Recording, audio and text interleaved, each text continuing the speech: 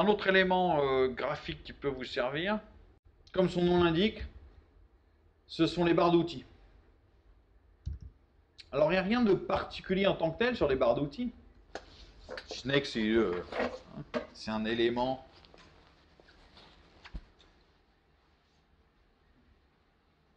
C'est un élément qui contient,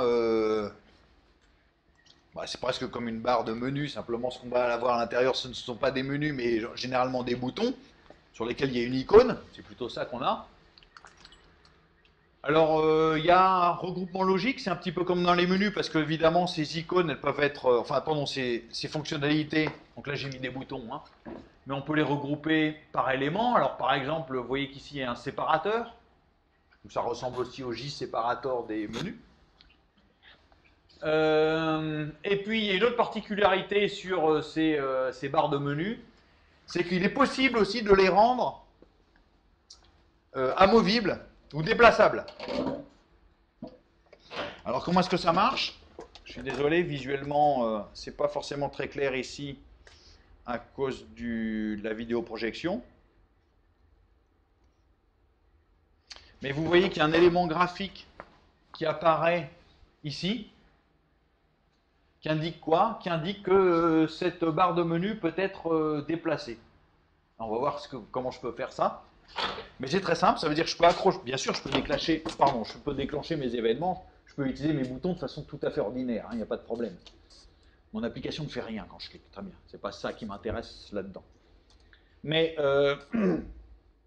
ce que je peux faire, c'est évidemment attraper ma barre, donc vous voyez, j'ai été cliqué ici, et ce qui est suggéré, c'est que je peux déplacer ma barre à différents endroits dans ma fenêtre. Alors par exemple, je peux la mettre là à gauche. Donc elle est devenue verticale, et puis elle est accrochée à gauche. Ou alors, je vais pouvoir la mettre à droite, hein, ou en bas. Si je m'approche du bas, il va m'autoriser à faire ça. Et puis, bien sûr, je peux carrément la détacher, hein, normalement. Voilà. Je l'ai carrément sortie de l'application. Ça, c'est assez fréquent. Enfin, donc, c'est pas rare. Ça dépend des interfaces, en fait. Sur l'interface Aqua du Mac, c'est assez fréquent qu'on ait ce genre de fonctionnalité.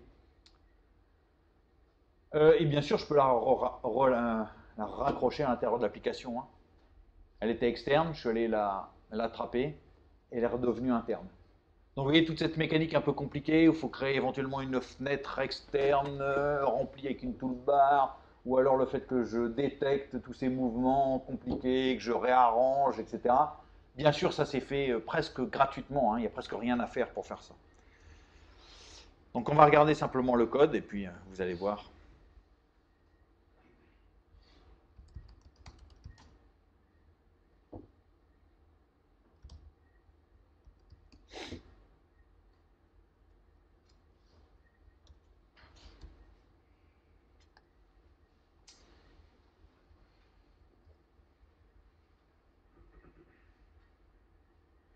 Bon, on pourrait regarder ce que ça donne sur d'autres interfaces. Je pense que j'avais dû tenter l'expérience pour voir à quoi ça ressemblait avec les autres interfaces, mais peu importe.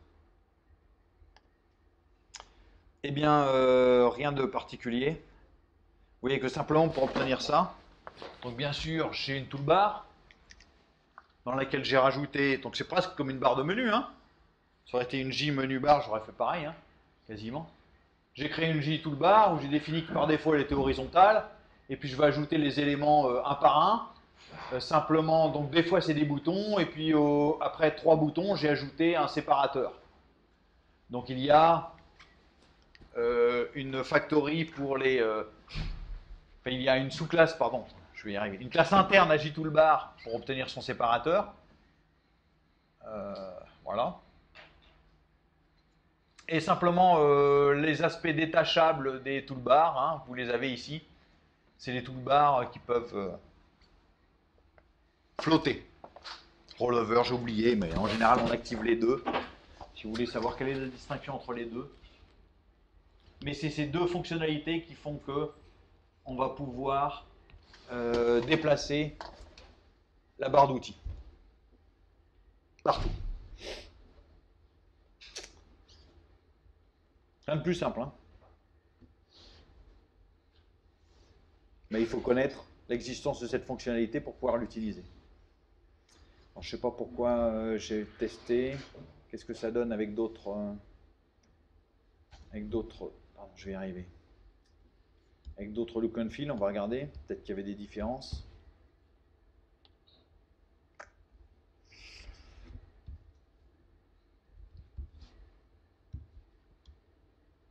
Mais je ne crois pas. Ça doit être juste la représentation de l'opération de détachement qui doit être légèrement différente. Là, j'ai pris un... Ah, mais à quoi je te... Je suis pas sûr que je le vois comme ça. Voilà, il a juste une représentation différente. Vous voyez que cette fois, d'un point de vue graphique, d'abord je vois les séparateurs visuellement autrement, et puis le fait qu'ils soient détachables, c'est représenté autrement. Mais sinon, la fonctionnalité reste la même. D'accord? Donc même ces aspects-là, bien sûr, dépendent de l'apparence, du look and feel.